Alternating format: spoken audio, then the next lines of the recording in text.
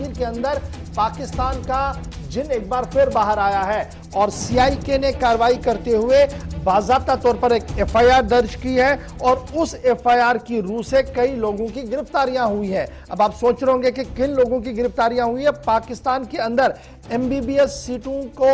फरोख्त करना और उस पैसे से इंतहा पसंदी दहशतगर्दी कार्रवाइयों को आगे बढ़ाने का सिलसिला जो चल रहा था और ये खबरें बहुत पहले भी सामने आ रही थी। और उसके बाद जब कौमी तहकीकाती एजेंसी ने गुज़श्ता साल इस पर कार्रवाई की थी तो काफ़ी डिटेल शवाहिद उनके पास भी थे। ताहम अब बाकायदा तौर पर जम्मू कश्मीर पुलिस ने एफआईआर दर्ज की है और उस एफआईआर के बिना पर 6 लोगों की गिरफ्तारी की इतलात मौसूल हो रही है। 4 लोगों के नाम भी सामने आ चुके हैं जिनकी गिरफ्तारी हुई है। 2 लोग अभी बचने की कोशिश में है। इस तरीके की खबर जो है वो सामने आ रही है। लेकिन आपको इस बात की भी यकीन, आपको ये बात भी याद दिलाते चले कि ये मामला कब सामने आया, जब कौमी तहकीकाती एजेंसी ने हाथ डाला। उससे पहले ये पूरा मामला उस वक्त सामने आया था जब सईद अली गिलानी, जो कुल जमाती हुर्रियत कॉन्फ्रेंस गाफ के सरबराह थे, उन्होंने इस्तीफा दिया और इशारों में उन्होंने इस बात का खुलासा पेश किया था कि पाकिस्तान के अंदर किस तरीके से कारोबार कर रहे हैं कुछ लोग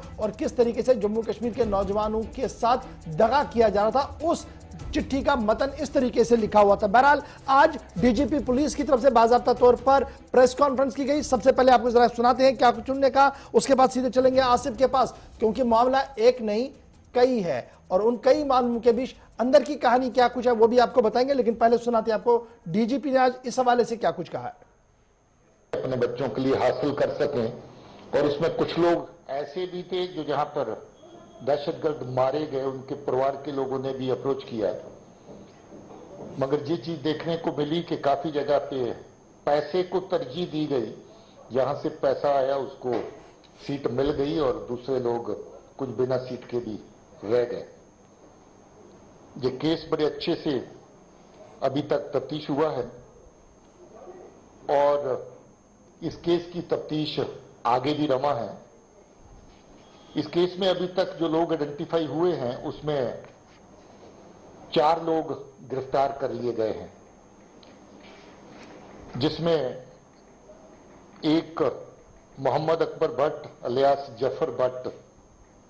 जो साल्वेशन मूवमेंट के चेयरमैन हैं वो गिरफ्तार हो चुके हैं। फातिमा शाह जो श्रीनगर की रहने वाली हैं बेमिना की, वो भी इसमें गिरफ्तार हो चुकी हैं। इसके अलावा मोहम्मद अब्दुल्ला शाह हैं, वो भी गिरफ्तार हो गए हैं। चौथे नंबर पे सब्जार अहमद शेख हैं, वो भी गिरफ्तार हो गए हैं। सब्जार अहमद शेख।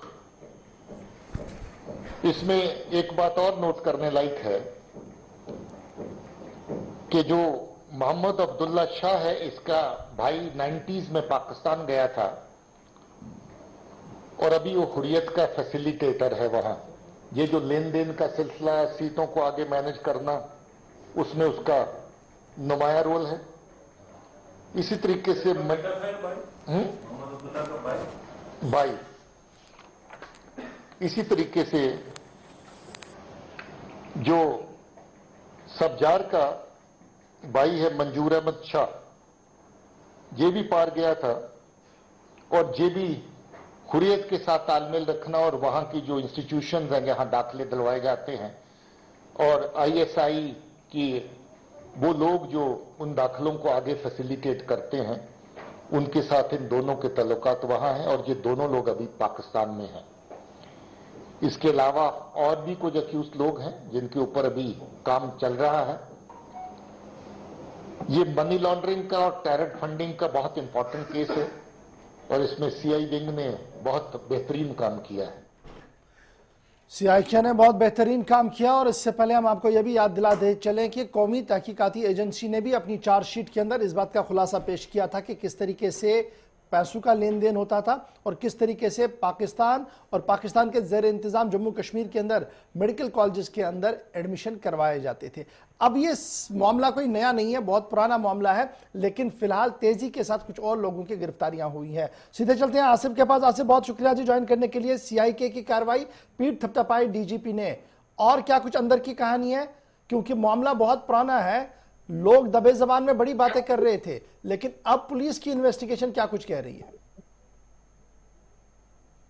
की तरफ से जो अब तक काम किया गया है ये उसी का नतीजा है और पुलिस की तरफ से लगातार इसमें इंफॉर्मेशन तो अब तक दी जा रही थी, लेकिन कुल मिलाकर जो आज पुलिस की तरफ से खुलासा किया गया है, जो आपने शुरुआत में 6 लोगों का जिक्र किया है, उसमें बड़ी बात यह है कि 4 लोगों की गिरफ्तारी अमल में लाई जा चुकी है और उसके बाद पुलिस ने आज प्रेस कॉन्फ्रेंस करके चारों लोगों के नाम रखे। लेकिन 2 नाम, एक तो जो आज अब्दुल्ला शाह के भाई जो 90s में पाकिस्तान गए, वो आज भी सरहद पार एक्टिव हैं, जिसका खुद डीजीपी ने जिक्र किया, और सब्जार दूसरा नाम, उनका भाई भी जो हुर्रियत के साथ कोऑर्डिनेट करता है डीजीपी के मुताबिक, जो सरहद पार आज के वक्त में भी एक्टिव है। और वहां की ऑर्गेनाइजेशन या जो पुलिस बयान को अगर सही माने तो मेडिकल कॉलेजेस जिनको एमसीआई ने अप्रूव किया है, यानी हिंदुस्तान की मंजूरी के बाद जिन कॉलेजेस के अंदर यहां से कश्मीरी स्टूडेंट्स जाकर तालीम हासिल करते थे, मेडिकल डिग्रीज के लिए लिया करते थे, उन एमसीआई के अप्रूव कॉलेजेस के अंदर पुलिस का यह मानना है कि सरहद पार जो पाकिस्तान की एजेंसी है आईएसआई या पाकिस्तानी आर्मी के लोग भी डायरेक्टली इन्वॉल्व हैं, जिसका नतीजा वादी कश्मीर और जम्मू सूबे तक देखने को मिला कि इतने स्टूडेंट्स आज के वक्त में भी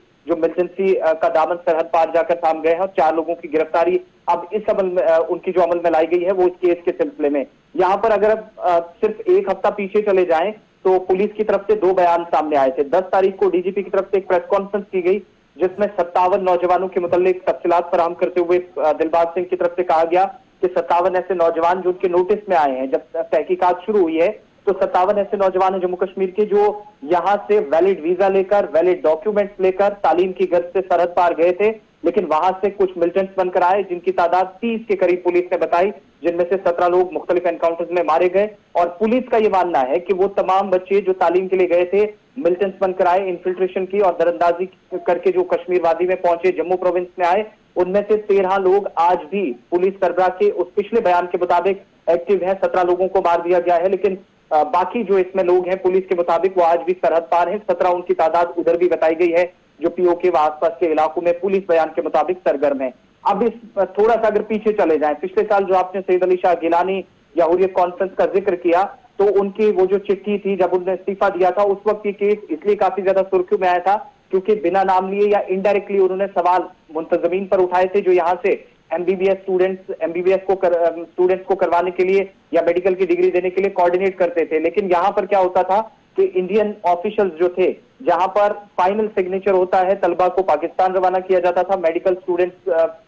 मेडिकल की डिग्री हासिल करने के लिए, वो स्टूडेंट्स बड़ी तादाद में जाते थे और तकरीबन हर साल 100-110 के करीब तादाद रहती थी। ये वीजा जो पाकिस्तान की तरफ से दिए जाते थे, फिर यहाँ से स्टूडेंट जाते थे। लेकिन इसमें एक और चीज यहाँ पर ऐड करता चलूं, जब ये सारा मामला सामने आया तो उसके बाद एमसीआई की तरफ से जो अप्रूव्ड कॉलेज थे, आज के वक्त में भी पीओके जिसे पाकिस्तान के अंदर आजाद कश्मीर वो कहते हैं, 430 कॉलेजेस हैं जिनमें 330 पब्लिक हैं, 100 निजी इदारे काम कर रहे हैं, जहां पर आज के वक्त में भी ऐसे इदारे हैं 1 दर्जन से ज्यादा जिनमें जम्मू कश्मीर के नौजवान जाकर तालीम हासिल करते थे। ये ऑफिशियल रिकॉर्ड है। लेकिन उसी एमसीआई ने जिसने अप्रूव किया था, मेडिकल काउंसिल ने बाद में उन तमाम इदारों की रजिस्ट्रेशन जब खत्म की, हिंदुस्तान से जाने वाले तलबा को ये साफ कर दिया गया कि वहां से डिग्री लेकर आएंगे, लेकिन जम्मू कश्मीर पहुंचने पर आप डिग्री कंप्लीट कर लेंगे, डॉक्यूमेंट्स भी होंगे, लवाजमात पूरी करेंगे, आपकी डिग्री वैलिड नहीं मानी जाएगी। उस केस के बाद पुलिस ने तहकीकात मजीद तेज की और